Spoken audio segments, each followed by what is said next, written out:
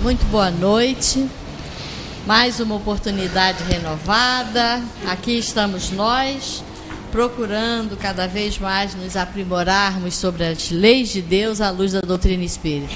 É uma oportunidade ímpar, hein? Porque a doutrina espírita realmente nos prepara para os embates da vida, né? Nós estamos aqui na Terra e ela nos fortalece muito.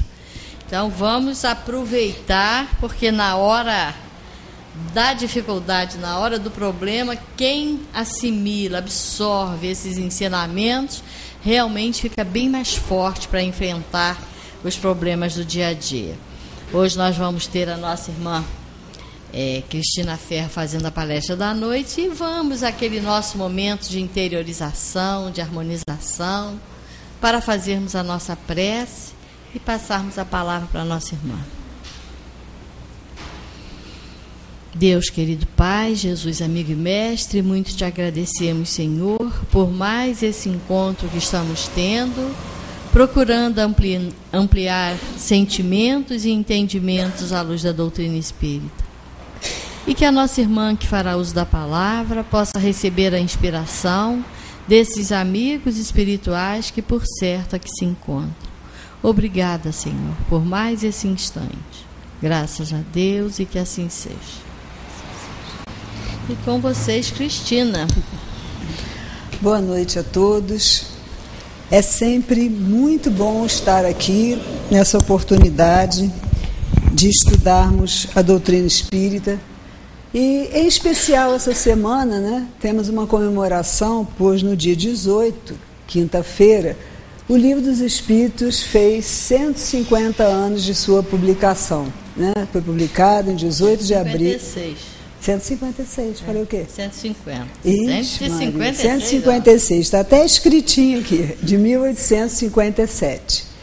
Então, eu escolhi para a gente estudar essa noite, né, o que contém esse livro. Né? Por que é importante para nós estudar esse livro, o Livro dos Espíritos? E já no frontispício, né, que é a primeira coisa, na primeira página, onde tem o nome do livro, vem escrito o que é um resumo daquilo que a gente precisa saber. O Livro dos Espíritos, filosofia espiritualista, contendo os princípios da doutrina espírita sobre a imortalidade da alma, a natureza dos espíritos e suas relações com os homens, as leis morais, a vida presente, a vida futura e o porvir da humanidade. Isso, aí está entre parênteses, segundo o ensinamento dos espíritos superiores, através de diversos médiuns recebidos e ordenados por Allan Kardec. E a gente pode se perguntar, puxa vida, mas tem isso tudo aqui nesse livro? Não é? Será que realmente tem isso tudo aqui? E por que eu devo acreditar que ele foi segundo os ensinamentos dos espíritos superiores? Né? O que me faz acreditar, usando a razão, que este livro é legitimamente um livro inspirado, né, e contém os ensinamentos, as leis de Deus, né, qual é a pureza dele, como é que a gente pode ter certeza disso? Primeiro, pela legitimidade da fonte espiritual deste livro. Segundo, pela pureza dos meios de transmissão mediúnica. E terceira, pela precisão do método kardeciano. Então, vamos ver um pouquinho o que é cada uma dessas coisas. Né? Por que se diz que é a legitimidade da fonte espiritual desse livro? Foi uma revelação espontânea e inesperada do Espírito da Verdade a Kardec. Isso a gente encontra nas anotações autobiográficas que ele fez depois. A confirmação de tantos outros espíritos. A constatação lógica e histórica que é a mesma que precedeu o cristianismo e a vinda, né, e a formação do Evangelho. O Espiritismo vem dar força ao processo de restabelecimento do cristianismo. Então, a última coisa, que é muito importante, não é Kardec, não é um espírito ou aquele espírito em particular, nem um grupo de homens, mas toda a falange do Espírito da Verdade, enviada à Terra em cumprimento à promessa de Jesus. Quando Jesus esteve aqui na Terra, ele prometeu que teríamos um Consolador, né? E esse Consolador é a doutrina espírita, né? Jesus é a fonte espiritual do livro dos Espíritos. Então, a universalidade das comunicações, né, que isso foi uma coisa que foi vista em vários pontos, ao mesmo lugar, por diferentes médios. Houve um método científico para se estudar isso, não foi uma coisa feita ao acaso, né? Os médiuns que serviram a esse trabalho foram duas meninas, Caroline, de 16, e Julie, de 14, duas irmãs, e mais tarde a senhorita Jafé, no processo de revisão do livro. As reuniões se realizavam na casa da família, tinha intimidade do lar, com amigos, com pessoas amigas, e as respostas dos espíritos, elas eram transmitidas nessa época por meio de uma cesta de bico, a que se adaptava um lápis. As meninas punham as mãos sobre a cesta e a cesta se movimentava escrevendo as mensagens, sendo impossível ter interferência direta delas, né, enquanto encarnadas na escrita.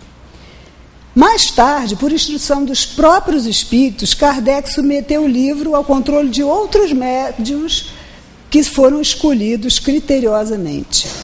E as respostas dos espíritos, elas eram confrontadas com as comunicações obtidas em outros grupos, em obediência ao princípio da universalidade das revelações. E, por fim, o método científico que Kardec utilizou, que era um método simples, mas que foi a garantia da eficiência, né? Que era o quê? A escolha de médiuns insuspeitos pela sua moral, pela sua pureza de faculdades e pela sua assistência espiritual, a análise rigorosa das comunicações, do ponto de vista lógico, as comunicações tiveram confronto com as verdades científicas, né, que demonstradas, sendo posto de lado tudo aquilo que não tinha a ver com a lógica, que a razão não podia aceitar, foi posto de lado. O controle dos espíritos comunicantes pela coerência e o teor da linguagem, o consenso universal, a concordância de várias comunicações dadas por médios diferentes ao mesmo tempo, em vários lugares, sobre o mesmo assunto.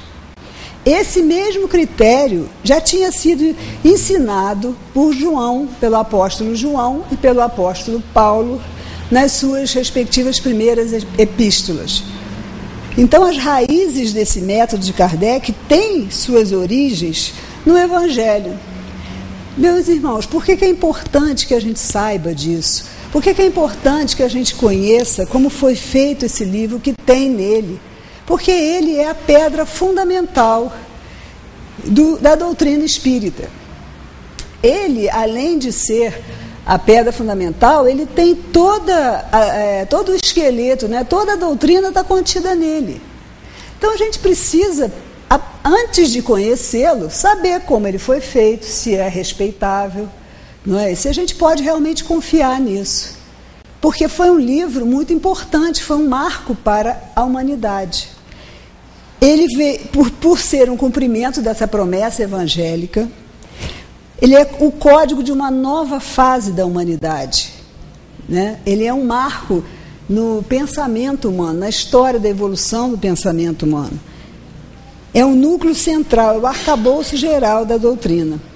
Historicamente, quando os homens, a humanidade, estava saindo das suas civilizações primitivas, através de Moisés, apesar de não ser Moisés que escreveu a Bíblia, mas naquele processo, né, de liderança de Moisés, foi escrita a Bíblia, que é uma grande síntese dos esforços da antiguidade em direção ao Espírito.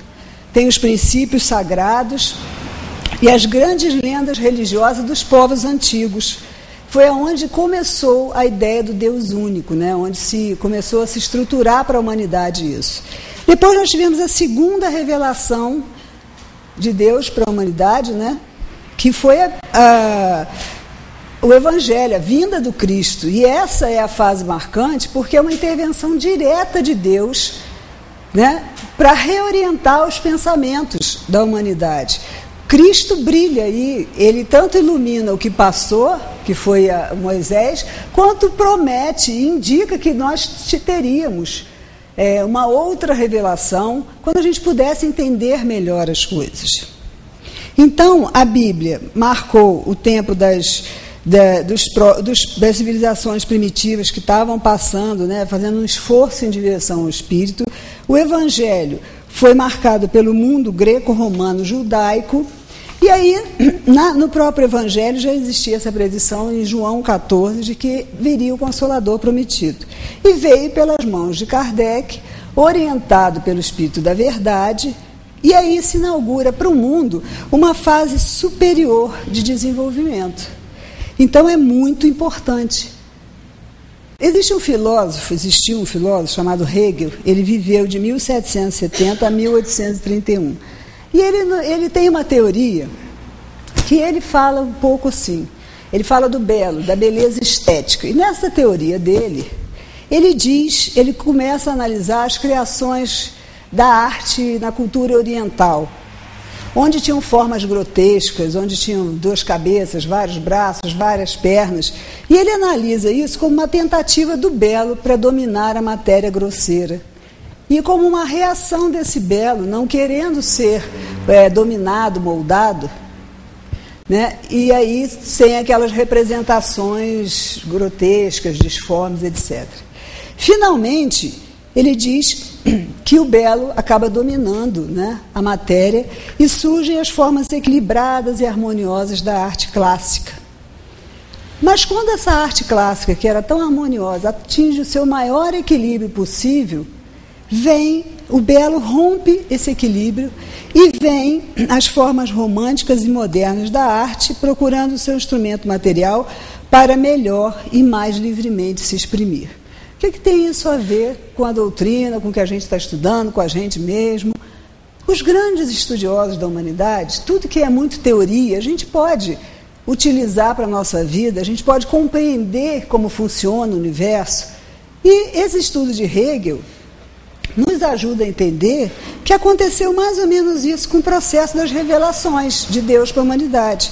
Primeiro, a gente teve a Bíblia, que tinha formas incongruentes e aterradoras, né? Porque era um Deus vingativo, Deus matou não sei quantos, um Deus que parecia ser mais... As pessoas temiam aquele Deus. Depois, a gente teve um equilíbrio com o Evangelho, que vem mostrar que Deus é amor, não é? E no máximo desse equilíbrio, como a gente não conseguiu entender muito isso, veio o Livro dos Espíritos, que quebra esse equilíbrio, rompe com esse equilíbrio e faz com que a gente possa se libertar espiritualmente. Isso também acontece na vida da gente. A gente está meio desequilibrado, está cheio de dúvidas, cheio de incertezas. Aí, de repente, acontecem coisas e a gente é meio teimoso, né? A gente quer ficar naquilo que a gente conhece. Mas a vida vai mostrando a gente, né? O mundo vai mostrando a gente que não é assim que a coisa funciona. Então a gente se vê obrigado a mudar. E aí a gente muda e acha tudo ótimo. Estou numa fase ótima, está tudo maravilhoso para mim. Mas sempre vem alguma coisa que vai romper de novo esse equilíbrio e vai proporcionar a gente a oportunidade de seguir adiante. Então isso acontece com a gente enquanto humanidade e acontece individualmente. E é assim que é esse processo de aprendizado que a gente tem. A gente tem uma tese, né? Depois vem o contrário daquilo, uma antítese, e depois a gente parte para um novo. E assim a gente vai aprendendo, a gente nunca vai estar parado. Muitas vezes no nosso processo evolutivo, quando a gente acha que aprendeu alguma coisa, a gente acha que aprendeu. Há uns anos atrás, uma pessoa estudava, terminava o 2º grau, acabei de estudar. Não vou estudar mais. Ou acabava uma faculdade e daqui para frente só trabalho. Hoje, nossa mentalidade já consegue perceber que não é assim. Né? Que a gente faz uma faculdade, faz outra, faz um curso técnico, vai estudar não sei o quê, aí se aposenta, não quer ficar à toa, se acha inútil, vai aprender outra coisa. Nós já conseguimos entender que a gente está em constante processo de aprendizagem. E foi isso que aconteceu também, acontece com a humanidade. Cada fase da evolução humana, ela encerra em si todo aquele aprendizado, aquele momento as pessoas, a humanidade conseguiu ter. E ela vai passar para uma nova fase, e tem os germes do futuro, daquilo que vai acontecer. Sendo que a gente tem que sobressair, mais uma vez, que na fase evangélica a gente teve o Cristo, né? A intervenção de Deus. Então, os princípios evangélicos são as vigas mestras da edificação da doutrina, sem readaptações ou modificações. Então, só por aí, a gente já tem tranquilidade para acreditar no que está escrito aqui. Não é? E aí, o que acontece? Do Livro dos Espíritos, ele fala, uma parte grande ele fala dele mesmo, né? Ele vai dar a doutrina, toda a doutrina vai estar ali.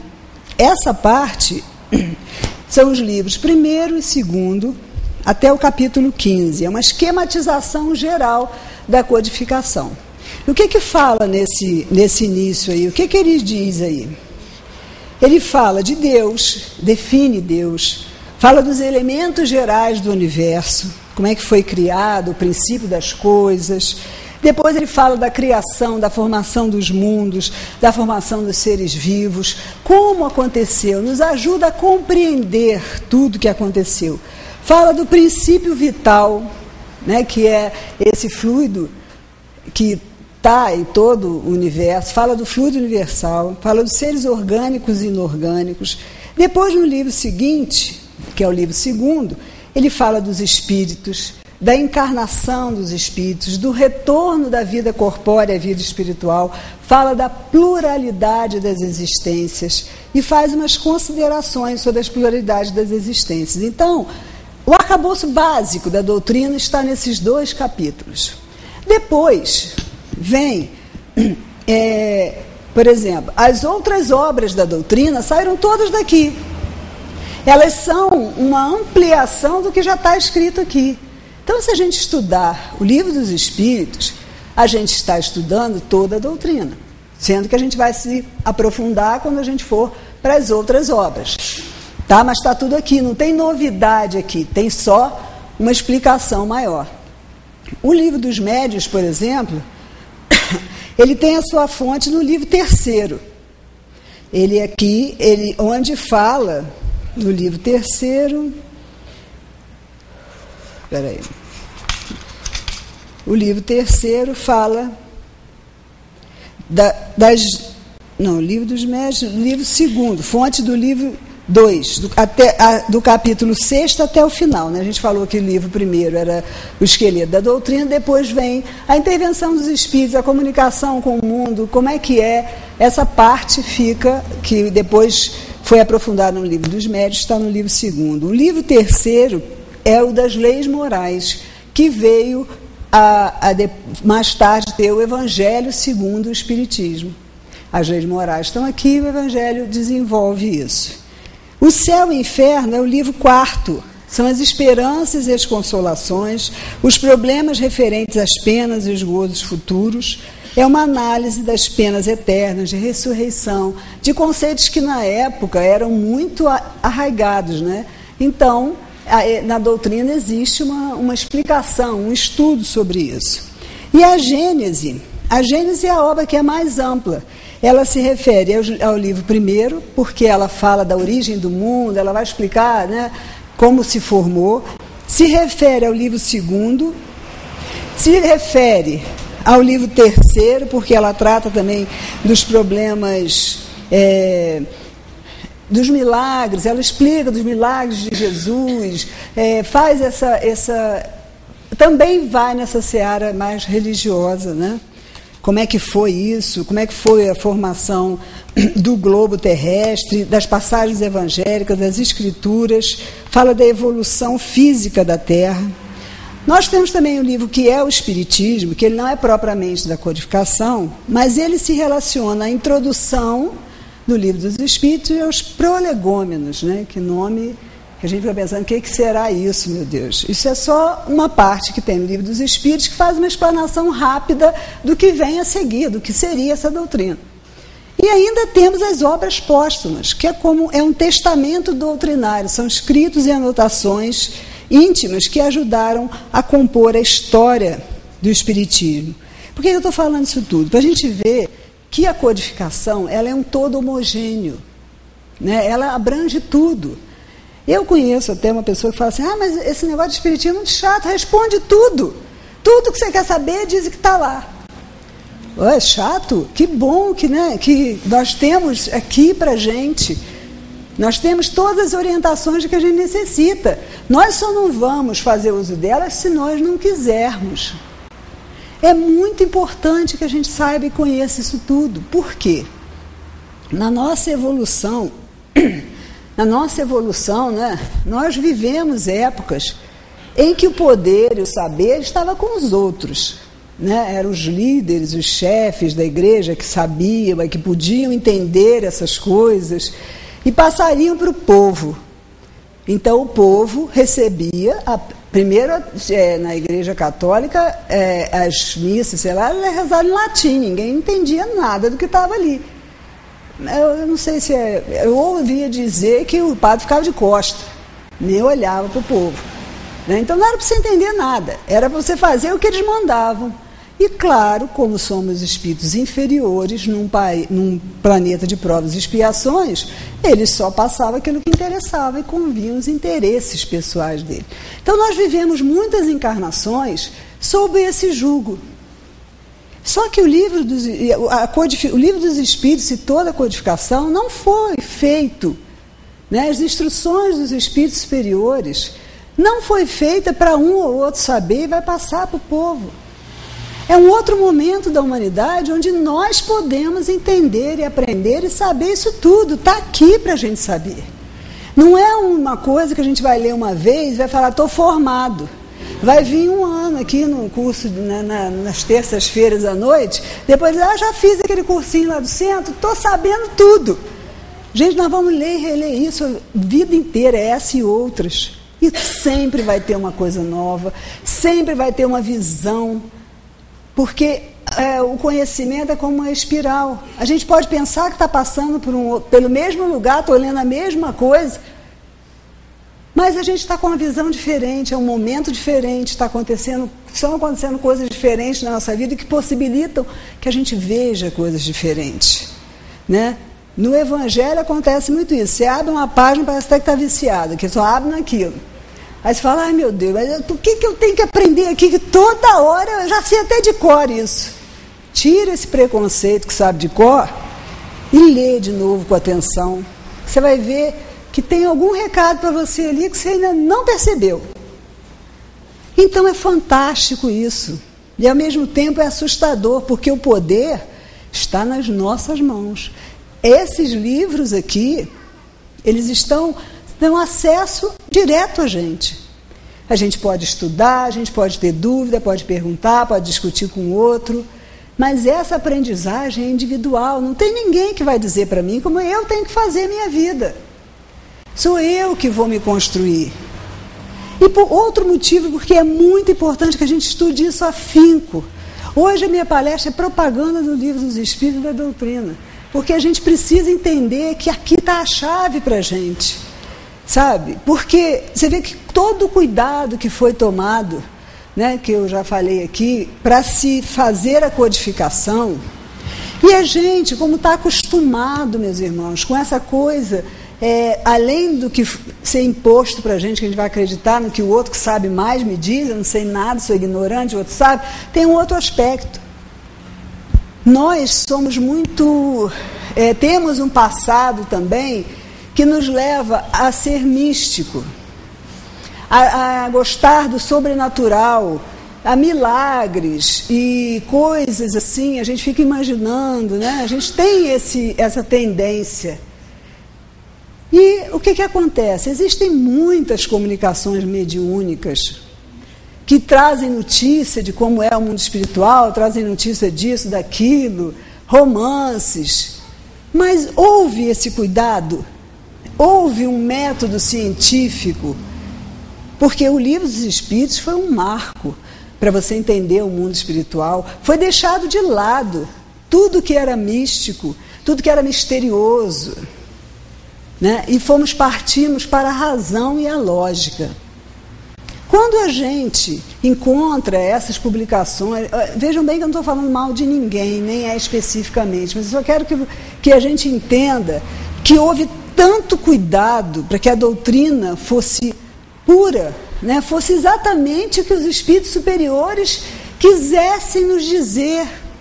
Mas quando a gente escuta umas notícias, né? Porque a gente é assim, que diz que lá vai acontecer assim, assado, que vai ser, a gente prefere acreditar nisso.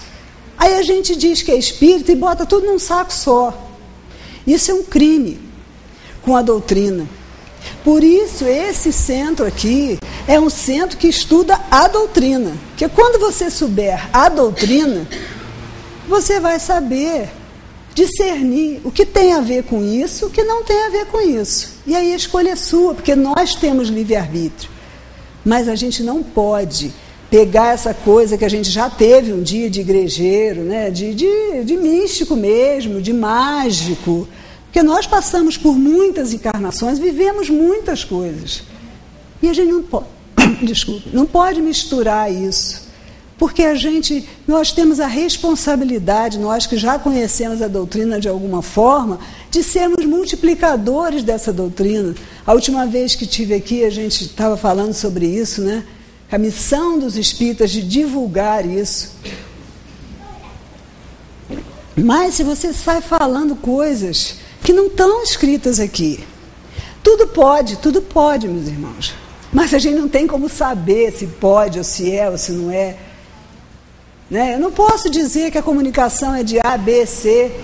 Eu não posso dizer que nesse tempo fulano vai estar lá, aqui, acolá. A gente não tem como saber, não nos é dado saber isso. A gente sabe, né, que você parte, né, você vai para o mundo espiritual e que o seu trabalho não cessa nesse mundo. A gente sabe de diversas coisas porque está escrito aqui. O resto é fantasia. O resto, você passa por aqui, vai para lá, vai para cá, tem isso, tem aquilo. Isso aí, ó, eles não nos disseram isso. O que eles vêm dizer para a gente é que nós temos limitações para entender o mundo espiritual. E muitas coisas nos são faladas na linguagem que a gente pode compreender. Mas não tem manual nem roteiro de nada aqui. Quando a gente estuda o mundo espiritual, a comunicação, né, como é que é a influência dos espíritos sobre a gente, não tem receita de bolo, não tem fórmula mágica. A gente não tem como saber o que acontece lá do outro lado dessa forma. Entende? Então, por exemplo, as nossas reuniões mediúnicas são para socorrer, né, aqueles que necessitam. Não interessa nomes. Nome ficou com a personalidade que existiu. Interessa é o auxílio, muitas vezes o depoimento de espíritos que estavam perdidos, confusos e que hoje se encontram bem, às vezes em posição de ajudar, querendo ajudar, que vem dar um testemunho de como contribuiu aquele momento, foi importante para eles entenderem que não estavam mais na carne. Mas não é orelhão, sabe? Mediunidade, espiritismo não é orelhão. Eu quero falar com fulano, vou falar. Houve um momento que existiram as evocações, se você for estudar a doutrina, você vai ver. Mas naquele momento era necessário. Porque estava se estudando, estava começando, mesma coisa a cesta de bico. Botar um lápis lá, botar a mão sobre a cesta. Hoje não precisa disso, né? Na nossa mão mesmo a gente escreve. Mas porque foi o início. Então, é muito importante que a gente entenda isso. Não é radicalismo, não é elitismo, é simplesmente um compromisso com a verdade, com toda essa equipe do mundo espiritual e a equipe que estava encarnada nessa época para fazer essa grande obra que está ao nosso alcance. Então, a gente tem que ter a responsabilidade de não se confundir. Quando a gente estiver confuso, fica quieto, estuda mais ou procura alguém que, sabe? E não quero dizer com isso que quem é novo de espiritismo, que quem é novo, quem é velho de espiritismo. A gente vê essas coisas acontecerem com todo mundo. Então é chamar, né, a gente a responsabilidade de estudar uma coisa séria. Foi todo um trabalho planejado. Olha só, na história da humanidade, como é importante você ter uma terceira revelação de Deus para a humanidade, que nos liberta espiritualmente, que faz com que a gente possa seguir adiante com as nossas próprias pernas. E é isso que às vezes assusta a gente. Aí a gente prefere não ler, né, ou fugir para outros lugares, para outras coisas, onde um dízimo, onde uma promessa, onde você ficar cantando, sei lá, onde tem outras formas que você acha que você está se comunicando com Deus e está tranquilo com a sua consciência. Aqui não, é você com você. E é assim. Nós já tivemos a oportunidade de chegar aqui e de saber disso. Não dá, mas né, alguém que já se alfabetizou, não dá para fingir que não sabe ler. Então agora é olhar para frente, é ter fé e ir evoluindo, crescendo, estudando, sabe? Porque isso foi um trabalho muito grandioso. A doutrina espírita é filosofia, é ciência e é religião. E a gente não fala isso como quem fala da boca para fora, como quem está dando uma palestra e dizendo que sabe muito, os outros não sabem nada. Não é isso. Eu quero deixar aqui como a gente tem que entender a maravilha, como diz a Valéria, que é a codificação. Nessa época, né, ele é filosofia porque Kardec era um educador. E apesar de toda a filosofia, não foi escrita, o Livro dos Espíritos não foi escrito numa linguagem técnica, nem em sistemas complicadíssimos que as pessoas não pudessem. Foi uma forma lógica de perguntas e respostas. Nós temos 1018 perguntas e respostas intercaladas de comentários e explicações. Não se acomoda num padrão pré-concebido, né? Agora, veja quantas ciências estão contidas aqui. Começou com a metafísica, que é uma disciplina fundamental da filosofia, que tenta descrever os fundamentos, a razão das coisas, né? Por que a gente existe? Se Deus existe, o que a gente está fazendo aqui? Começa com a metafísica, vai para a cosmologia, vai estudar o cosmos, como é que é a formação do universo, a psicologia, os problemas do espírito propriamente dito, né, de origem e natureza do espírito e as ligações dele com o mundo corpóreo, a vida após a morte. Depois ele vai para a sociologia e para a ética, com as leis morais. E a teologia também entra nas penas e gozos futuros, na intervenção de Deus na vida humana. É um sistema grandioso, sem exigências opressoras ou prejuízos de um espírito de sistema, dessas coisas muito intelectualizadas, que só realmente quem estuda muito sabe. Né? É uma estrutura livre e dinâmica em que os problemas são postos em debate. Né? Tudo caminha para Deus. A gente tem, na 540, na pergunta 540, tudo serve, tudo se encaixa, encadeia na natureza, desde o átomo primitivo até o arcanjo, pois ele mesmo começou pelo átomo.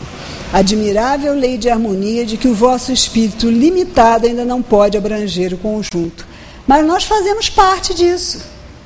E nos foi dado, nos foi concedido numa linguagem didática que a gente entenda isso tudo aí, todas essas ciências, numa linguagem acessível para a gente. Está escrito, né? Conhecereis a verdade e a verdade vos libertará. Instruí-vos. Esse é o instrumento primeiro, a educação. Nós sabemos disso na nossa limitação, né, no nosso planeta. Educação é tudo. Conhecimento é uma alavanca. E nós precisamos ter isso na gente. Somos capazes. Os espíritos superiores não se dariam esse trabalho todo se nós fôssemos ignorantes, não tivéssemos desenvolvido a nossa inteligência suficientemente para saber disso. Na conclusão do Livro dos Espíritos, Kardec diz que o Espiritismo, né, a sua força está na sua filosofia, no apelo que faz à razão e ao bom senso. Então, apesar de não ser uma linguagem difícil, né, ela apela para a sua razão, para o seu bom senso, e é feita dentro de um instrumento clássico da filosofia, que é o diálogo. Então, vejam bem, é simples e é extremamente complexo. Está aqui para a gente. Né? É um processo dialético. Ele não dá ênfase à contradição e aos opostos, à luta pelos opostos, né? Porque Marx foi um divisor. Antes de Marx e depois de Marx, a análise, né, que se fazia das relações de trabalho foi um marco. E o Espiritismo é um marco. Mas ele não se apoia nas contradições e nas lutas, muito pelo contrário. Ele dá ênfase à harmonia, à fusão dos contrários para formar uma nova coisa. Isso é lindo. Eu fico muito triste quando eu ouço pessoas da nossa convivência, né, o que a gente conhece, dizer: eu sou uma porcaria, tudo que dá errado na minha vida bota a culpa em mim mesmo, porque sou eu que não presto. Meus irmãos, Deus é amor. A segunda revelação de Deus para a humanidade vem dizer que Ele é amor, que não presta. Por que a gente aceita tão facilmente essas coisas que nos paralisam, que nos fazem ter nossa autoestima lá embaixo? Não é isso, nós temos erros e acertos, porque é o nosso processo evolutivo. E nós temos que acreditar em nós mesmos, e acreditar nessa força magnífica que move o universo, que move tudo. Então eu sou capaz de aprender isso, eu não sou uma porcaria. As coisas acontecem comigo porque eu preciso aprender com elas. Quando eu aprender, elas vão parar de acontecer. Simples assim.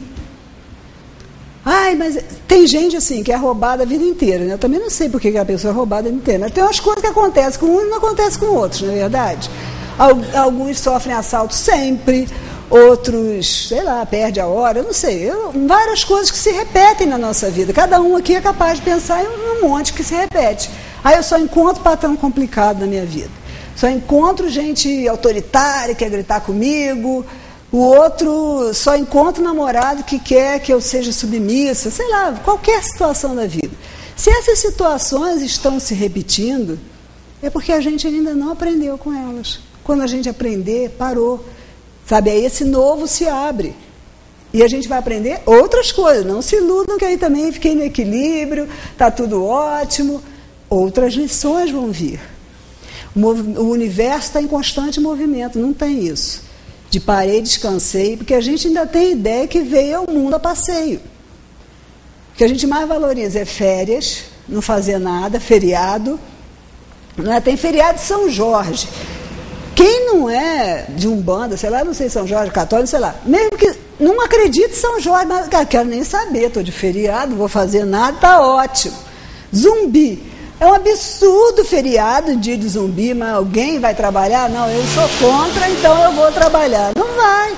A gente conta na folita, eu não conto não, mas tem gente que vai, no início do ano, sabe todos os feriados. Aí chega e fala, esse ano é tudo sábado e domingo. Até o momento estou vendo uns que não são sábado e domingo, né? Mas dizem que daqui para frente vai ser só sábado e domingo. Então a gente ainda tem essa ideia de que a gente veio ao mundo a passeio. Não viemos para aprender, para evoluir. E tudo isso foi preparado para a gente. No aspecto científico, Kardec, ele insiste no caráter científico, mas ele, antes de insistir nesse caráter, ele diz que a ciência não tem competência para avaliar a doutrina. Se ela for a favor ou contra, não é da competência dela. Mas ele insiste em que seja científico, né? Porque o objeto de estudo do Espiritismo não é a matéria, por isso foge da alçada da ciência, é o espírito. Até então, se deslocavam os problemas do espírito para o terreno do mistério, né? A iluminação divina, e o Espiritismo aplica a razão para analisar desses problemas. Saiu do plano de abstração as coisas, né? Acabou o sobrenatural. Agora é tudo natural, são as leis de Deus. E aí se é explicado claramente por que as leis de Deus não são derrogadas. E a explicação para aquilo que nos parece sobrenatural. sobrenatural não existe. O que já é um alívio, né? Porque a gente morria era de medo do sobrenatural. Mas apesar da ciência não ser competente para julgar o espiritismo, tudo que vem, o progresso e o avanço da ciência só tem corroborado, né? Só tem ido junto com o que o espiritismo já diz.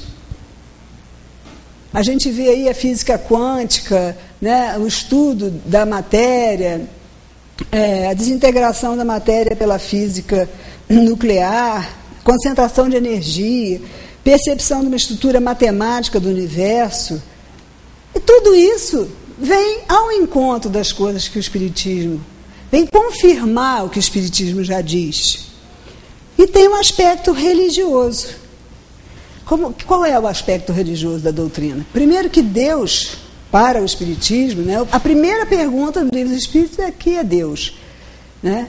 Deus é a causa, a inteligência suprema é a causa primária de todas as coisas. Não existe um sentido antropomórfico. O que quer dizer isso? Não se compara a Deus, não dá à figura de Deus um aspecto humano, as características humanas. Não tem isso. Deus é a inteligência suprema. Não adianta a gente querer botar ele no modelo humano que a gente conhece. Ele é muito mais que isso. Não tem definição. A gente não tem como conhecer a natureza íntima de Deus, mas a gente tem como ver Deus em tudo. E aí é a prova de que a gente necessita. Deus está em tudo. E alguns falam assim: o Espiritismo diz isso. O Espiritismo diz isso, mas fala lá num monte de lugar em castigo, em recompensa. Então não estou entendendo. Vocês falam que Deus é amor, né? Os atributos de Deus que a gente fala, né? Que o Livro dos Espíritos fala, que Ele é eterno, imaterial, soberanamente justo e bom e outros, são representações daquilo que a gente pode conhecer. Porque os Espíritos são claros de dizer que a gente não tem como conhecer a natureza íntima de Deus. Mas como sabe que a gente precisa, né? A gente precisa, tem alguns atributos que são postos. Então, o que Kardec faz não é humanizar Deus. Quando, nos lugares onde se fala em castigo e recompensa, é porque esse era o grande mote da humanidade. É o que a humanidade conhecia, de prêmio e castigo. Você bota o filho de castigo para ele aprender que ele não tem que fazer. Né? Você bate na criança, para ela nunca mais vai fazer. Bate no cachorro para ele entrar em casa, achando que ele está entendendo, que ele está apanhando por causa disso. Entende? Então, esse era a maneira de ver da humanidade prêmio e castigo, que até hoje é muito preponderante. Mas a gente pode hoje ter outras formas de se relacionar e de ensinar que não seja prêmio e castigo. Por isso é que a gente se acha ruim. Por isso que a gente tem uma autoestima lá embaixo, que acha que a gente não presta, que tudo que acontece de ruim com a gente é porque a gente é ruim mesmo. É por isso, é prêmio e castigo. Se você fizer isso, mamãe não gosta de você. Papai não vai gostar de você mais se você fizer aquilo. Você quer que a pessoa se ache o quê depois de ouvir isso a infância toda? Vai achar que ela é ótima? A gente pode hoje entender que você pode ser completamente contra a atitude de uma pessoa, mas ela é diferente da pessoa. A pessoa tem a consciência de Deus dentro dela. A pessoa está aprendendo. A pessoa não é o que ela fez. Aquilo que ela faz é consequência do grau de evolução que ela está, do grau de consciência que ela tem. Então, acho que a gente pode mudar esse negócio de prêmio e castigo se a gente estiver atento no nosso dia a dia, porque ele aparece toda hora. Então, quando Kardec fala no Livro dos Espíritos sobre castigo e recompensa, é porque era como as pessoas tinham como entender. Não é só isso. Deus não castiga ninguém. É a lei de causa e efeito. É aquilo que você precisa aprender que vem para você. É o que eu falei antes. Se você aprendeu, acabou. Não tem castigo. E quando a gente, em várias oportunidades, se fala em reparação, você se arrepender, o primeiro momento, mas tem a reparação, é exatamente porque você precisa. Não é só você, quando faz uma coisa, aí diz logo: não, eu me arrependi, para acabar logo, né? Como era a confissão. Você podia fazer o que fizesse, confessou, zerou. Não é assim. A verdade, as leis de Deus não são assim. Você se arrependeu, a primeira coisa que acontece. Mas tem o caminho de volta, né? Se você ofendeu alguém, como é que você vai aprender se você não puder, não conseguir olhar de frente para o seu irmão que você ofendeu e dizer para ele que você fez isso, que você se arrepende? Perdoar não é abraçar, carregar sacola de compra, como costumam dizer por aí. Mas é você não querer mal, é você pagar esse mal com um bem, é você entender que a pessoa é diferente da atitude. Então a doutrina tem muito para nos ensinar no nosso dia a dia. É uma coisa muito séria. Aqui, também, nessa parte que fala da religião, diz que, como é que você diz que Deus criou o homem? A imagem e semelhança de Deus, você está dizendo que no livro dos Espíritos Deus não é humanizado. Vejam bem, existe uma pergunta que diz assim, vamos ver se eu vou achar agora, né? Os espíritos têm uma forma determinada, limitada e constante? Aos vossos olhos, não. Aos nossos, sim. Eles, se o quiserdes, uma flama, um clarão, uma centelha etérea. E como se vê, o homem, na sua essência, que é feito à imagem e semelhança de Deus. Não é na sua forma, é na sua essência, no seu espírito. Tudo caminha para Deus. Então nós estamos com nossos aprendizados na nossa vida caminhando para Deus e para a perfeição que nos é permitida. Olha que coisa linda, que coisa importante da gente saber, da gente acreditar, da gente sentir com a razão. Não é misticamente, não é religiosamente, não, é verdadeiro. O livro dos Espíritos nos mostra que a gente evolui, que é necessário um esforço nosso, bota essa responsabilidade na nossa mão, somos nós que temos que correr atrás, somos nós que temos que nos modificar para chegar mais rápido nessa perfeição que nos é possível. Fala também, tem a escala espírita, né, que é como a escada de Jacó, lá da Bíblia, né, que vai os degraus da terra ao céu. Né? A escala dos espíritos também existe os encarnados, de acordo com a nossa evolução, a nossa progressão. E a justiça de Deus, a cada um conforme as suas obras. Os espíritos também nos dizem que nós temos o guia e modelo, que foi Jesus, que é o espírito mais perfeito que veio até aqui. Então ele é nosso guia e modelo. Agora, ele nasceu, ele foi criado assim, perfeito? Não. Ele sabe das coisas, por quê? Porque ele trilhou os caminhos. Né? Um mestre lá, indiano, uma vez perguntaram a ele, eu queria ser como você quer fazer o que eu faço sem ter passado pelo que eu passei. Parece que a pessoa já chegou mestre, né? Que Jesus já foi criado assim. Não, Deus não tem preferência, não tem os eleitos. Não tem aqueles que são privilegiados, todos, é do átomo ao arcanjo. Então, se Jesus é nosso modelo, é porque ele trilhou esse caminho. E ele, né, conseguiu. E ele tem a missão dele. Nunca a gente vai parar. Quando nós estivermos melhores, vamos ajudar os outros que também precisam. Como agora, mesmo no nosso momento evolutivo, com tantas imperfeições, a gente é capaz sempre de ajudar ao mundo invisível ao mundo visível. Uma prece, né? A prece nos é colocada aqui como uma coisa fundamental. A prece para louvar, para pedir e para agradecer. Mas é uma prece do coração, não é uma prece só de palavras. O que agrada, né? o que faz essa nossa prece chegar ao seu destino é o coração, é a nossa intenção. O que Deus quer de nós não é um cultivo egoísta do sentimento religioso, mas a prática da caridade, da experiência viva e constante do amor através das relações humanas. É isso que nos é pedido. Nós precisamos dar passos adiante. Nós temos a oportunidade valiosa.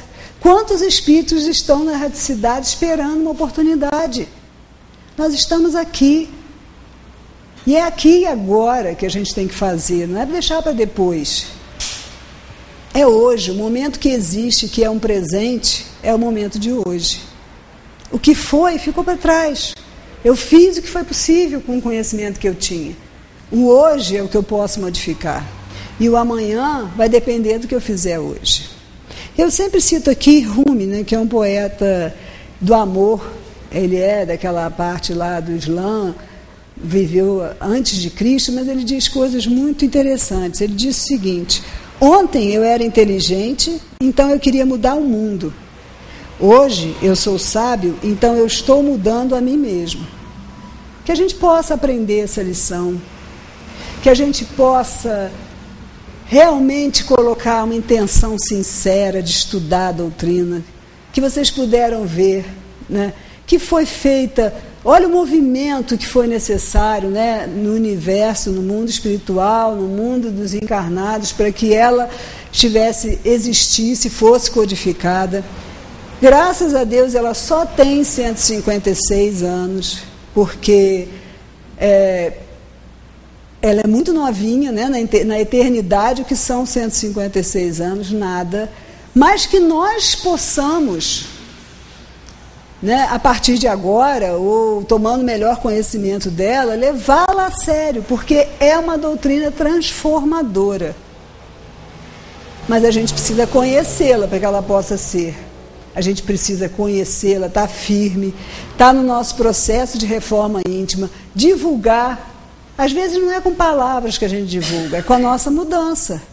Pessoas que conhecem a gente, conheceram de um jeito, conhecem agora, sabem que a gente mudou e ficam curiosos de saber por quê. Às vezes os atos têm muito mais efeito do que as palavras, o discurso.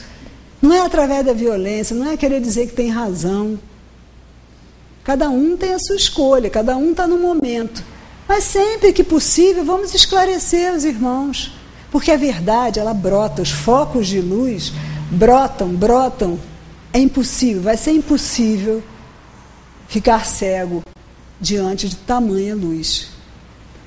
Nós podemos ser essa luz e esse instrumento a serviço de Deus nessa nossa encarnação, conhecendo o Espiritismo. Porque a verdade surge para quem acredita, para quem não acredita, para quem quer negá-la, bate na porta, escancara a porta, é verdade. E as leis de Deus são verdadeiras, são imutáveis. E eu espero ter podido contribuir hoje para que a gente saia daqui vendo a seriedade disso. Vir ao centro espírita não é cumprir tabela social de dizer eu sou espírita, eu vou uma vez por semana no centro, eu faço minhas preces, eu leio o evangelho em casa, faço o evangelho no lar e está tudo bem. Espiritismo é compromisso. Compromisso de reforma íntima é isso, é ser sábio. Você não vai mudar o mundo, mas você pode mudar você mesmo. E com isso ajudar a mudar o mundo. Só assim. Não pode botar para o outro, né? Se fulano fosse assim, eu seria melhor. Não é isso, é bobagem. Eu é que tenho que me modificar. E aí, o que está em torno da gente se modifica. É perfeito, né? O universo é perfeito. Deus, o espírito e matéria, essa é a tríade que compõe o universo. E nesse todo, é perfeito e harmonioso. A gente tem que ter a humildade de saber que nem tudo a gente entende. E que vai entender no momento que puder entender. Mas que isso está aí provado, está dentro do coração da gente. Quando a gente ouve o que é verdadeiro, abre o coração, expande o coração, a gente se sente bem, se sente acolhido. É isso que a gente precisa.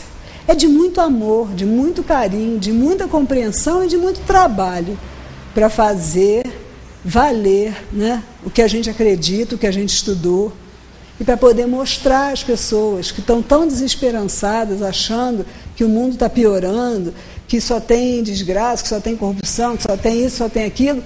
Não. O bem é tímido.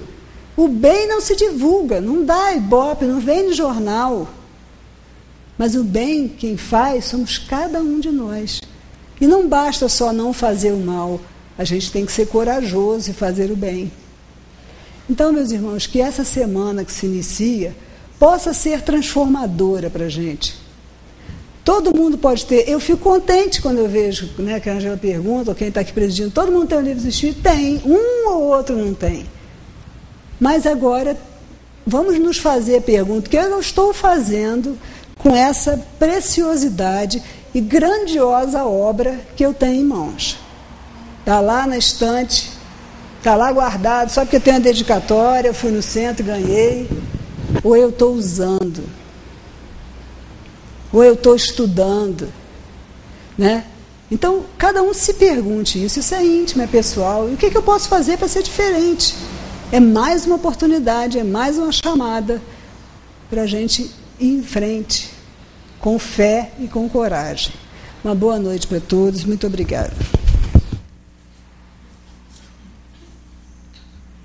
Realmente o aniversariante do mês, né? O Livro dos Espíritos. Eu sempre gosto de ler essa contracapa que tem aqui. Acredito que todos vocês já leram e releram, mas ela é linda. Olha só, com esta obra, em 18 de abril de 1857, raiou para o mundo a Era do Espírito. O Livro dos Espíritos é o código de uma nova fase da evolução humana e sobre ele ergue-se todo um edifício, o da doutrina espírita. Ele é a pedra fundamental do espiritismo, seu marco inicial. Das formas incongruentes e aterradoras da Bíblia, passamos ao equilíbrio clássico do Evangelho e deste a libertação espiritual de O Livro dos Espíritos. Cada fase da evolução humana se encerra com uma síntese conceitual de todas as suas realizações. A Bíblia é a síntese da antiguidade, como o Evangelho é a síntese do mundo greco-romano-judaico. E o Livro dos Espíritos, a do mundo moderno.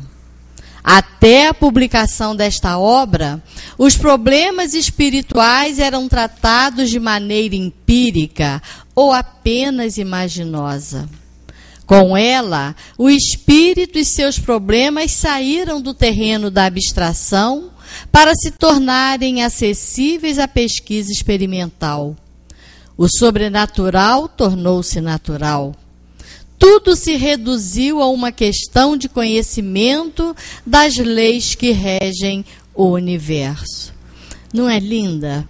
Realmente é um resumo, é uma síntese muito importante dessa obra fantástica que o Allan Kardec teve um trabalho hercúleo para deixar aqui para a gente.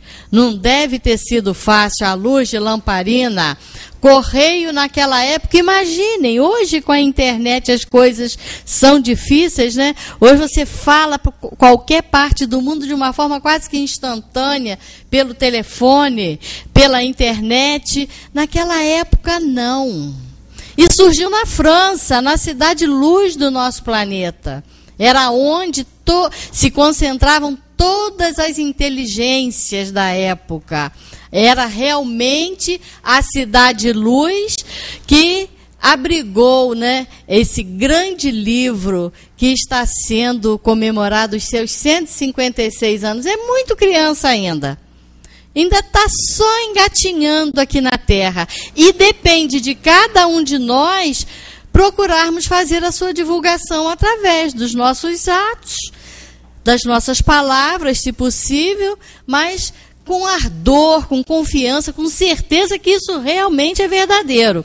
É a era do Espírito. Estamos vivendo momentos importantíssimos no nosso planeta e nós estamos fazendo parte dessa história. Então, vamos fazer a nossa parte, né? É muito lindo, realmente. Se o nosso irmão Zé Manel estivesse aqui, ele estaria falando com um coração mais do que qualquer outro aqui. Eu tenho certeza. Então, fica aí, né, esse grande agradecimento a esse espírito grandioso que foi Allan Kardec e toda a sua equipe, né? Porque ele não fez isso sozinho. Foram mais de 1000 núcleos espalhados pelo planeta para chegar a esse livro. Não é um livrinho, não, é um grande livro, porque aqui se concentra toda uma sabedoria fantástica. Quem conseguir assimilar e vivenciar todos os ensinamentos que aqui se encerram, tá feito na espiritualidade, está feito em tudo quanto é parte, né?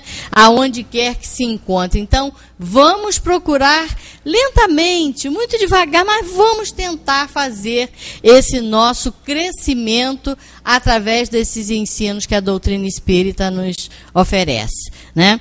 É livro dos espíritos. Tem gente que fala assim, eu queria aquele livro dos espíritas.